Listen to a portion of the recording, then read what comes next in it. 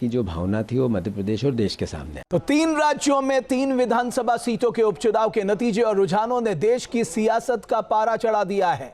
ये 2026 का वो राजनीतिक मूड है जो बता रहा है कि जनता की सोच और हवा का रुख किस तरह बदल रहा है। उत्तर प्रदेश से लेके बिहार, मध्य प्रदेश से लेके गुजरात, आज के आंकड़ों में बड़े दिग्गजों की सांसें अटका दी हैं। सबसे बड़ा सियासी भूचाल कहां से आया है? सबसे बड़ा सियासी भूचाल आया बिहार की हाई प्रोफाइल बांकीपुर सीट से, जिस लंबे समय से भारतीय जनता पार्टी का अभेद्य किला माना जाता था। लेकिन आज जनसुराज पार्टी के संस्थापक प्रशांत किशोर ने पहली ही बार चुनावी मैदान में उतरकर गेम का पूरी तरह पासा ही पलट दिया। पटना में जनसुराज के दफ्तरों के बाहर जश्न की तस्वीरें आनी शुरू हो गई हैं। हालांकि जेडीयू और बीजेपी नेता अब भी ये दावा कर रहे हैं कि आखिरी राउंड तक स्थिति बदल सकती है, लेकिन जिस तरह की निर्णायक लीड प्रशांत किशोर ने ले ली है उससे इसकी बहुत संभावना कम है। हम लोगों ने जो बात रखी थी, ये विधायक बनाने का चुनाव नहीं है, ये भाजपा के केंद्रीय नेतृत्व को ये संदेश देने का एक प्रयास है बिहार की जनता के द्वारा कि बिहार में किसी अच्छे व्यक्ति को मुख्यमंत्री बनाइए। आपको जनता ने 202 विधायक जिताए हैं। किसी अपराधी, किसी गलत चाल चरित्र चेहरा वाले व्यक्ति को बिहार का नेतृत्व मत दीजिए। अच्छे आदमी को बनाइए ताकि बिहार में भी शिक्षा हो, बिहार में भी बच्चों के लिए रोजगार हो, बिहार के बच्चों को भी बाहर मजदूरी करने न जाना पड़े। ये संदेश बांकीपुर के लोगों ने दिया है। बाकी विधायक जीतना हारना ये तो राजनीति है, चलता रहता है। जिन लोगों ने मत दिया उनका धन्यवाद कर रहे हैं। जिन्होंने मत नहीं दिया है उनको यही कहेंगे कि आपसे आपका विश्वास जीतने के लिए और मेहनत और प्रयास करेंगे। लेकिन महत्वपूर्ण बात यह है कि बिहार को अच्छा नेतृत्व मिलना चाहिए, बिहार सुधरना चाहिए और लोकसभा से पहले मोदी जी को, भाजपा को, अमित शाह जी को ये देखना चाहिए कि बिहार में कैसे बेहतरी हो, बिहार में बच्चों को रोजगार कैसे हो, पलायन कैसे बंद हो। एकमात्र यही उद्देश्य है। हम लोग को विधायक बन के ठेका पट्टा नहीं करना है। एक और एकमात्र उद्देश्य है, चाहते हैं कि बिहार में बेहतरी हो। बिहार में भी सिर्फ 5 किलो अनाज के नाम पर, जाति के नाम पर, धर्म के नाम पर वोट न मांगा जाए। अगर 25 MP गुजरात से जीत कर गए हैं, प्रधानमंत्री बनाने में मोदी जी को गुजरात के लोगों ने योगदान किया है, तो बिहार के भी 13 करोड़ लोगों ने आंख बंद करके मोदी जी को वोट दिया है। तो जितनी चिंता उनको गुजरात की है उतनी थोड़ी चिंता उनको बिहार की भी करनी चाहिए। बिहार के जो 1 करोड़ से ज़्यादा बच्चे बाहर मजदूरी कर रहे हैं उनकी चिंता होनी चाहिए। बिहार के लिए कोई एक स्पेशल प्रोग्राम बनाना चाहिए ताकि बिहार से पलायन बंद हो।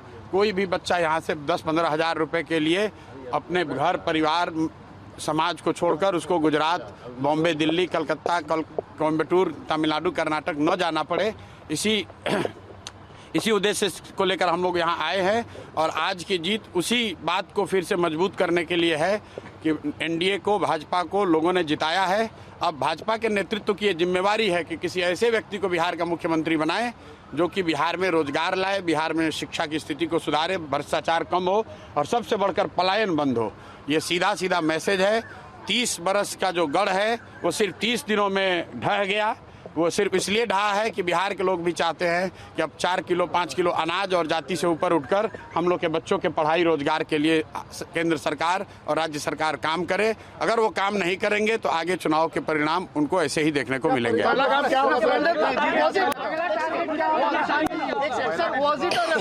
सम्राट चौधरी, आप लगातार कह रहे थे इलेक्शन कैंपेन। बिल्कुल, देखिए ऐसा है, लड़ाई व्यक्तिगत नहीं है। सम्राट चौधरी का जो चाल चरित्र चेहरा है वो पब्लिक डोमेन में है। अगर आप किसी अपराधी को बिहार का राजा मुख्यमंत्री बनाएंगे तो बिहार की तरक्की नहीं हो सकती है। तो हम लोग की लड़ाई किसी व्यक्ति से नहीं है। बहुमत भाजपा का है, एनडीए का है, मुख्यमंत्री तो उन्हीं का बनेगा। हम लोग बस इतना ही आग्रह कर रहे हैं, बिहार की जनता इतना ही आग्रह कर रही है, बांकीपुर की जनता इतना ही मोदी जी से आग्रह कर रही है कि किसी अच्छे चरित्रवान काबिल आदमी को बिहार का मुख्यमंत्री बनाइए ताकि बिहार के लोग भी इस बात का गौरव, बिहारी होने का गौरव कर सकें, ताकि हम लोग के बच्चों के लिए भी पढ़ाई रोजगार की व्यवस्था हो। सब कुछ सुविधा अगर गुजरात के ही लोगों को मिलेगी तो सिर्फ बिहार के लोग कहाँ जाएंगे। गुजरात के लोग 1 लाख करोड़ के बुलेट ट्रेन पर चलेंगे, वो ठीक है, लेकिन हम लोगों को कम से कम पैसेंजर भी तो मिलना चाहिए। बिहार के लोग सिर्फ मजदूरी करने के लिए नहीं पैदा हुए हैं और 5 साल के लिए भाजपा को मैंडेट मिला है। उनको अच्छा आदमी देना चाहिए, अच्छे लोगों को मंत्रिमंडल में रखना चाहिए ताकि बिहार की तरक्की हो, बिहार का विकास हो। अगला टारगेट क्या है प्रशांत जी? हमारी पहला काम क्या होगा सर जीत के बाद? भाई पहला काम बस यही है कि बांकीपुर की जनता ने जो आशीर्वाद दिया है, अपनी ओर से जो हो सकेगा बांकीपुर में सुधार का प्रयास करेंगे। अगले 2-3 महीने में आपको वो चीज़ दिखेंगी भी। मैं कोई बहुत बड़ी बात बोलना नहीं चाहता हूँ। मेरे विधायक बनने से बांकीपुर बेंगलोर नहीं बनेगा, लेकिन यहाँ पर आपको कुछ सुधार होता अगले 2-3 महीने में दिखेगा। बड़ी बात यह है कि ये चुनाव बांकीपुर के नाली गली पर नहीं लड़ा गया है। ये चुनाव लड़ा गया है कि बिहार का नेतृत्व किसके हाथ पे होना चाहिए, और बांकीपुर की जनता ने ये संदेश दिया है भाजपा के नेतृत्व को कि भाई आप अच्छे आदमी को बिहार का मुख्यमंत्री बनाइए। सम्राट चौधरी की जगह किसी कुशवाहा को बनाना है बनाइए, कोई दिक्कत नहीं है, कुशवाहा को ही बनाइए, लेकिन कुशवाहा समाज के ही किसी अच्छे आदमी को बनाइए। हर हालत में बिहार की तरक्की होनी चाहिए, बिहार का विकास होना चाहिए। व्यक्ति कोई जीते, दल कोई जीते, लोकतंत्र है, हार जीत होती रहती है, उससे कोई फर्क नहीं है।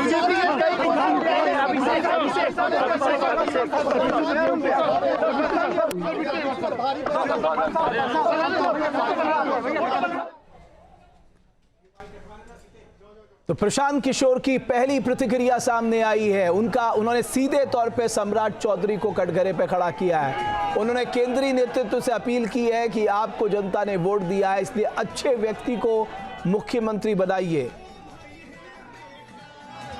और 2 मेरे सहयोगी इस वक्त मेरे साथ जुड़ रहे हैं, बांकीपुर से आदित्य झा और दतिया से अतुल शर्मा।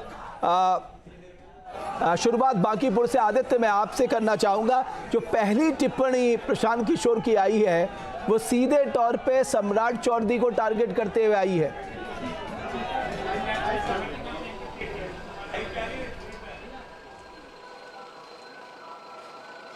देखिए रमेश, प्रशांत किशोर लगातार जब से चुनावी मैदान में उतरे, बांकीपुर के चुनावी मैदान में, उनके टारगेट पर बिहार के मुख्यमंत्री सम्राट चौधरी रहे। और आज भी जब लगभग उनकी जीत तय हो गई है और बीजेपी जो दम भरती थी कि बांकीपुर जो है वो उनका अवैध दुर्ग है।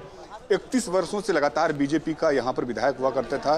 खुद नितिन नवीन 6 बार यहाँ से उनके विधायक हुए थे। इससे पहले उनके पिताजी 2 बार विधायक रह चुके हैं। तो 31 वर्षों का जो बीजेपी का जो एक तरह से जो दबदबा था वो प्रशांत किशोर ने खत्म कर दिया है। हालांकि जिस दिन नॉमिनेशन किए थे उसी दिन से प्रशांत किशोर इस बात को लेकर के दावा कर रहे थे कि बांकीपुर की जनता उनके साथ है, और वो लोगों को कन्विंस करने में ये जुट गए और कामयाब हुए कि वो बांकीपुर के एक परिवार वालों से मिले। और उन्होंने कहा कि ये जो चुनाव है वो सरकार बदलने या सरकार के नए फॉर्मेशन के लिए नहीं है, ये एक संदेश देना है बीजेपी के केंद्रीय नेतृत्व को कि बिहार में जिनके चेहरे पर आप चुनाव लड़ रहे हैं वो उसको बिहार के लोग पसंद नहीं करते हैं। आपने सही कहा कि केंद्रीय नेतृत्व को आज प्रशांत किशोर ने ये संकेत भी दिया है कि जिनके दम पर आपने चुनाव लड़ा, जनता ने एक तरह का रेफरेंडम उनके खिलाफ दिया है। अतुल के पास रुख करता हूं। अतुल, बांकीपुर की तरह दतिया में भी बीजेपी को दोहरा झटका लगा है।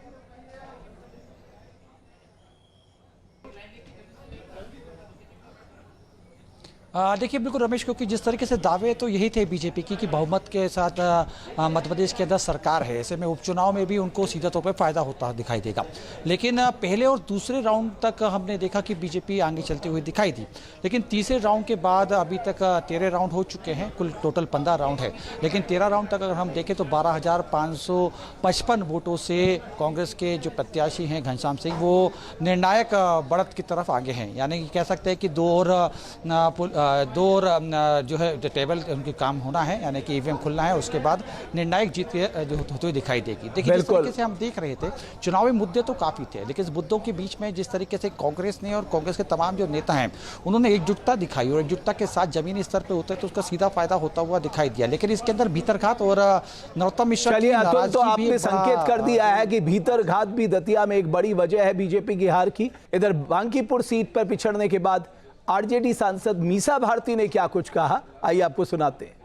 देखिए बांकीपुर का जो अभी ट्रेंड देखने को मिल रहा है कि प्रशांत किशोर जी अभी बढ़त बनाए हुए हैं, और राष्ट्रीय जनता दल और खासतौर पर हम हमेशा से यही कहते आए हैं कि भारतीय जनता पार्टी के जो ओरिजिनल उम्मीदवार हैं वो प्रशांत किशोर जी हैं, और जो नीरज सिन्हा जी वहाँ खड़े हैं वो डमी उम्मीदवार हैं। और बीजेपी के शीर्ष नेतृत्व ने एक तीर से 3 जगह निशाने दागे हैं, जो आपको आने वाले दिनों में देखने को मिलेगा।